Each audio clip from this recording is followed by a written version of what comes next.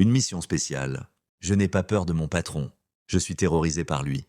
Pour lutter contre cette terreur, j'invoque les forces surnaturelles. Je porte une amulette en forme de foulard de pionnier, faite d'ail, de confiture de framboise et de fientes de poule séchée. « Salade, venez immédiatement, j'ai quelque chose pour vous », ordonna mon patron au téléphone. « Salade, avez-vous peur des animaux ?»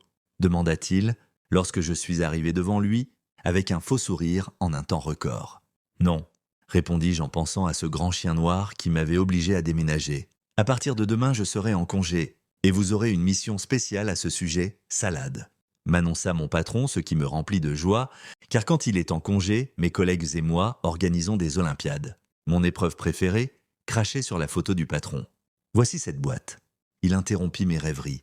À l'intérieur se trouvent de Mickey et Hildegarde, 2 hamsters, un couple marié sans enfants. Emmenez-les chez vous et prenez soin d'eux pendant mon absence.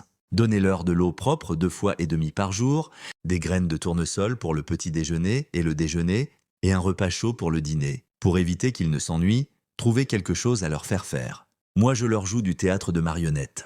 Et maintenant, dehors, conclut-il gentiment. D'habitude, il dit plutôt « dehors, espèce d'animal ». Dans le couloir, comme toujours, je lui fis des oreilles d'âne en direction de sa porte. J'aime les hamsters, en général. Mais Mickey et Hildegarde, je les détestais de tout mon cœur. Vous voulez du théâtre de marionnettes et un dîner chaud? On va voir ça. De retour chez moi, la première chose que je fis fut d'installer une potence. Une toute petite, mais assez grande pour que les hamsters puissent de bien la voir depuis leur boîte. Je leur expliquai que la moindre infraction serait punie par la corde. Réveil à 6 heures. Gymnastique matinale, 1 heure de course autour de l'assiette vide. 7 heures. Petit déjeuner, 2 pages des E, œuvre complète de Lénine, de préférence du volume sur la collectivisation. Le soir, nettoyage de la boîte, visionnage du journal télévisé, contrôle des effectifs et extinction des feux. Les jours suivant le départ du patron furent idylliques. J'ai remporté quelques victoires aux Olympiades du bureau. Ma plus grande satisfaction fut ma dernière place à la course d'obstacles à travers les bureaux.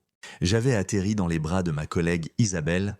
Tout allait bien aussi chez moi. J'ai découvert que le journal télévisé nuisait plus aux hamsters que les recettes de collectivisation de Lénine. Le 5e soir, un coup de tonnerre me frappa. Lors du contrôle des effectifs, j'ai constaté que Mickey s'était échappé.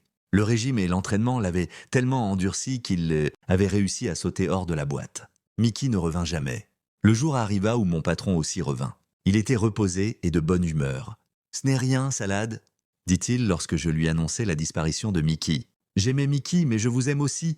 Petite salade, venez vivre chez moi », me déclara tendrement mon patron détesté. Et maintenant, je vis chez mon patron. J'ai une belle boîte, et j'ai même fini par apprécier Hildegarde, ma colocataire.